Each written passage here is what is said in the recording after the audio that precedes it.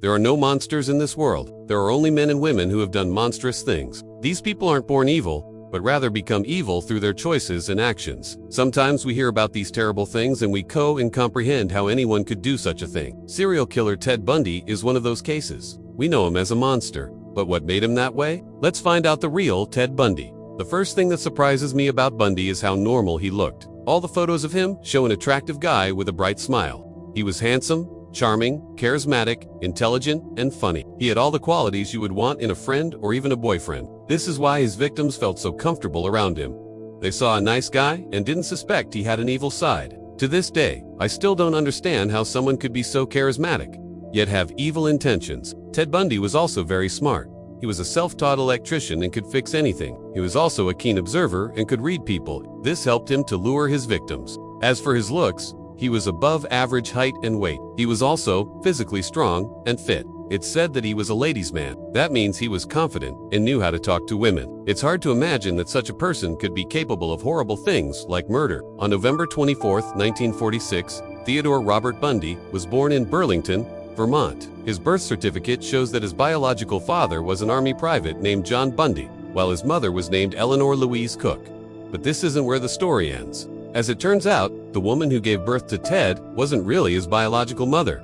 She was actually his grandmother. His real mother was a 19-year-old who gave him up for adoption. She couldn't take care of him because she was just a child herself, so her parents raised Ted instead. So technically, Eleanor wasn't Ted's mother, but his aunt. After Ted was born, she and her husband moved to Tacoma, Washington. And that's where he grew up. Because his parents weren't together, Ted spent time with both households. He lived with his father for a while, then his grandparents, and finally his mother. He had a very difficult childhood full of changes and instability, which may have contributed to his later behavior. It's not clear if Ted ever found out the truth about his parents. If he did, he kept it secret. What we know is that his adoptive parents divorced when he was 14 years old. This caused him emotional trauma, and he began acting out. At age 16, Ted dropped out of high school and began working odd jobs. He started experimenting with drugs and alcohol and soon became a regular user. He was arrested several times for petty crimes such as burglary and theft. When he was caught, he always seemed remorseful and was able to convince the police to go easy on him. As a young adult, Ted attended the University of Puget Sound in Tacoma. Here, he studied business and psychology. He graduated with honors and went to work for a Seattle advertising firm. A few years later, Ted enrolled at the University of Washington, where he earned a bachelor's degree in psychology. After graduation, he took a job as a deputy coroner in the King County Medical Examiner's office. In this role, Ted was responsible for investigating deaths that occurred in the county. He used this position to his advantage by having access to confidential information. One example was death certificates. He collected information from them, which he would use to locate potential targets. In the early 70s, Ted Bundy became obsessed with a particular type of woman. He was drawn to pretty young women who were around 20 years old. These women were often college students or recent graduates. Ted developed a system for selecting his victims. First, he would scope out his target for several days. He wanted to make sure she was alone before approaching her.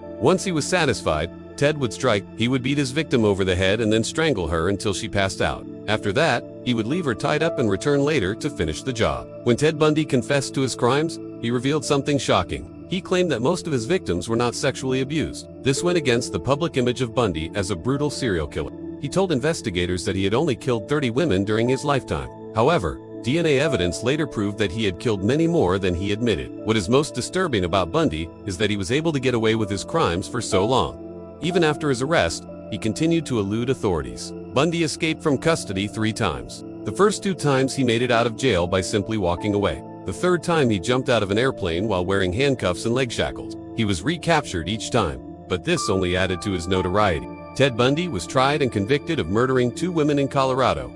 He was sentenced to death by electric chair. While on death row, Ted Bundy married a woman named Carol Ann Boone.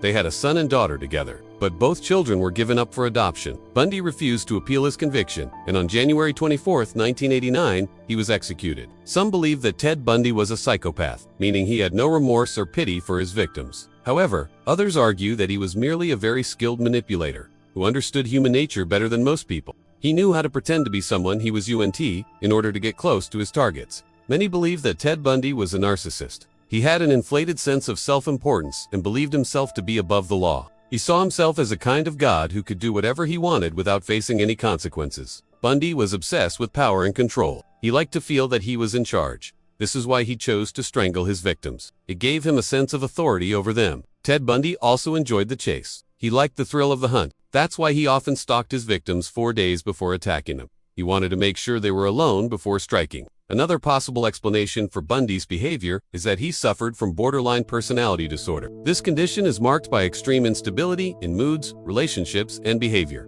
People with BPD often have a history of trauma or abuse. This could explain Bundy's interest in harming women. He may have seen them as a way to punish those who had hurt him in the past. One of the most common theories about Ted Bundy is that he was an extreme narcissist. Narcissism is a personality trait characterized by self-centeredness and a lack of empathy. People with narcissistic tendencies often crave admiration and attention. They also have a tendency to exploit others for their own gain. Many believe that Ted Bundy's narcissism led him to believe that he was above the law. He thought he could do whatever he wanted and never faced punishment. His need for power and control is also consistent with narcissism. Narcissists often feel the need to dominate and manipulate others.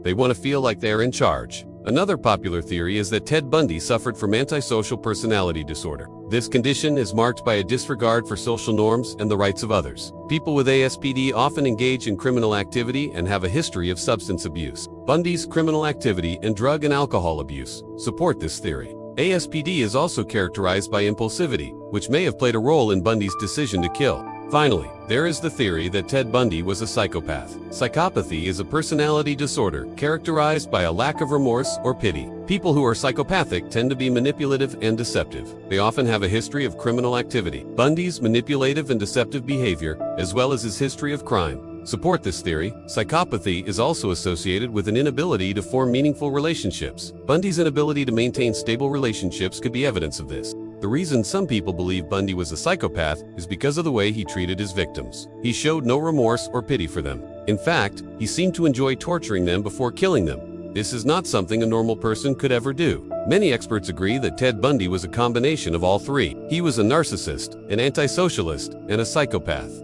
These traits are what made him the monster that he was. I hope this video has taught you something new. Remember, there are no monsters in this world. There are only people who have done monstrous things. Thanks for watching.